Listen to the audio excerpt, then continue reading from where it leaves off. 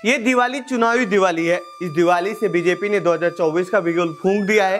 राम मंदिर में दीपोत्सव का भव्य आयोजन, योगी कैबिनेट का अयोध्या में बैठक और जनवरी में राम मंदिर का उद्घाटन कर हिंदुत्व एजेंडा तय कर दिया है। यूपी में लोकसभा की 80 सीटें हैं, इसीलिए कहा जाता है कि दिल्ली की सत्ता का रास्ता लखनऊ से होकर जाता है। गुजरात के बाद इन दिनों यूपी ही बीजेपी का सबसे मजबूत गढ़ है। वहां मॉडर्न हिंदुत्व का चेहरा योगी आदित्यनाथ सीएम है। साल 2014 और 2019 में पूरा विपक्ष मिलकर भी बीजेपी को टक्कर नहीं दे पाया था, क्योंकि पिछले दोनों लोकसभा चुनाव में हिंदुत्व यहां पर हावी था। तो वहीं यूपी में विपक्ष का एजेंडा भी लगभग तय है। समाजवादी पार्टी पीडीए यानी पिछड़ा दलित अल्पसंख्यक के फार्मूले से बीजेपी को टक्कर देना चाहती है। इन दिनों अखिलेश यादव और कांग्रेस में नाराजगी है, लेकिन जातिगत जनगणना जोड़ने के एजेंडे में है। तो वहीं मायावती इन दिनों बीच में फंसी हुई नजर आ रही हैं। तो आइए जानते हैं इस रिपोर्ट में राम मंदिर कैसे तय करेगा 2024 का एजेंडा और किसे होगा फायदा। दीपोत्सव मना रही बीजेपी ने 2024 के लिए तय किया एजेंडा।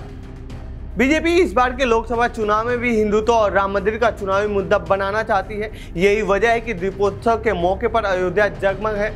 शहर में मोदी और योगी की फोटो वाले कई होल्डिंग्स लगे हैं। साइड में प्रधानमंत्री नरेंद्र मोदी की फोटो बड़ी और मुख्यमंत्री योगी आदित्यनाथ की फोटो छोटी है। होल्डिंग में लिखा है, रामलला का अभिनंदन, दीपोत्सव में करे वंदन। अभी से पूरे यूपी को राममय बनाने की तैयारी है। तो वहीं सीएम योगी ने अपने कैबिनेट की बैठक पिछले दिनों अयोध्या में की थी और संदेश देने की कोशिश की थी कि ये राम राज्य की शुरुआत है। 22 जनवरी को पीएम मोदी राम मंदिर का उद्घाटन करने वाले हैं। ऐसे में यहाँ भव्य कार्यक्रम का आयोजन होने वाला है। इसकी शुरुआत योगी आदित्यनाथ ने अयोध्या में कैबिनेट की बैठक कर दी है। इस बैठक का फायदा बीजेपी 5 राज्यों में होने वाले चुनाव में भी लेने की सोच में है। यदि बीजेपी 2024 में राम मंदिर का एजेंडा सेट कर देती है तो विपक्षी पार्टियों को सिर्फ यूपी में ही नहीं पूरे देश में नुकसान उठाना पड़ सकता है। 5 राज्यों के चुनाव में हिंदुत्व कार्ड खेलने की कोशिश। यह पहला मौका नहीं है जब सीएम योगी आदित्यनाथ ने अपनी कैबिनेट की बैठक लखनऊ के अलावा किसी धार्मिक स्थल पर किया हो। इससे पहले साल 2019 में लोकसभा चुनाव से कुछ महीने पहले कुंभ के दौरान प्रयागराज में उन्होंने कैबिनेट की बैठक की थी, जबकि बाद में हिंदुत्व एजेंडे को मजबूत करने में बेहद काम आया था। और अयोध्या में कैबिनेट की बैठक कर एक बार फिर बीजेपी हिंदुत्व के एजेंडे को सेट करने में लग गई है। ऐसा नहीं है कि बीजेपी ही ऐसा कर रही है, कांग्रेस भी सॉफ्ट हिंदुत्व का दामन नहीं छोड़ना चाहती है। यही वजह है कि देश के 5 राज्यों में विधानसभा का चुनाव चल रहा है और राहुल गांधी केदारनाथ के दर्शन करने पहुंच गए। खुलकर तो कांग्रेस हिंदुत्व के मुद्दे पर सामने नहीं आ रही है, लेकिन उसका फायदा लेने से पीछे भी नहीं हट रही है। तो वहीं सपा नेता अखिलेश यादव ने भी बद्रीनाथ का दौरा किया था। फिर उसके कुछ दिन बाद ही डिंपल यादव भी केदारनाथ गई थी।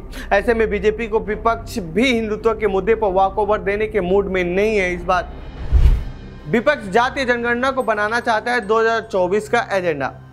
बीजेपी एक तरफ हिंदुत्व के एजेंडे को सेट करना चाहती है, तो वहीं विपक्षी पार्टियां जातीय जनगणना की राग अलाप रही हैं और हिंदुत्व के एजेंडे को तोड़ने की कोशिश में है। बिहार में नीतीश सरकार ने जातीय जनगणना कराकर एक बार फिर कमंडल बनाम मंडल की राजनीति शुरू करने की कोशिश की है और ओबीसी जातियों को हिंदुत्व के एजेंडे से दूर रखने की कोशिश की है, क्योंकि बीजेपी को पिछले चुनाव में 45% से ज्यादा ओबीसी वोटरों ने वोट किया था। ऐसे में जातीय जनगणना हावी होता है तो बीजेपी का हिंदुत्व कार्ड फेल हो जाएगा और विपक्षी पार्टियां सफल हो सकती हैं। गैर यादव पिछड़ों को जोड़ने रखने में बीजेपी कामयाब।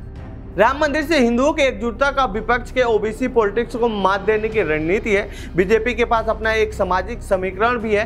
गैर यादव पिछड़ों को जोड़े रखने में बीजेपी कामयाब रही है। बीजेपी संघ और उसके सहयोगी संगठनों ने राम मंदिर की फोटो घर घर पहुंचाने की पूरी प्लानिंग कर ली है।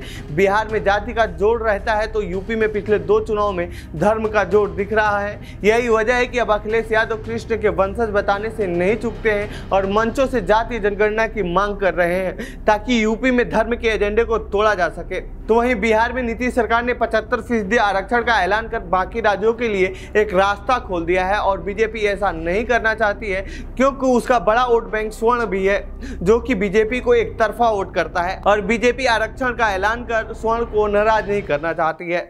ऐसे में 2024 की लड़ाई बेहद दिलचस्प होने वाली है। जातीय जनगणना, राम मंदिर, आरक्षण और हिंदुत्व हावी रहने वाला है। लेकिन इस बीच कोई भी पार्टी विकास पर चर्चा नहीं करना चाहती है और ना ही वोटरों के बारे में सोचते हुए नजर आ रही है। फिलहाल इस रिपोर्ट में इतना ही। आपको क्या लगता है 2024 का चुनाव किन मुद्दों पर होना चाहिए, कमेंट बॉक्स में बताएं। बाकी देश दुनिया की खबरों के लिए बने रहिए जनसत्ता के साथ। धन्यवाद।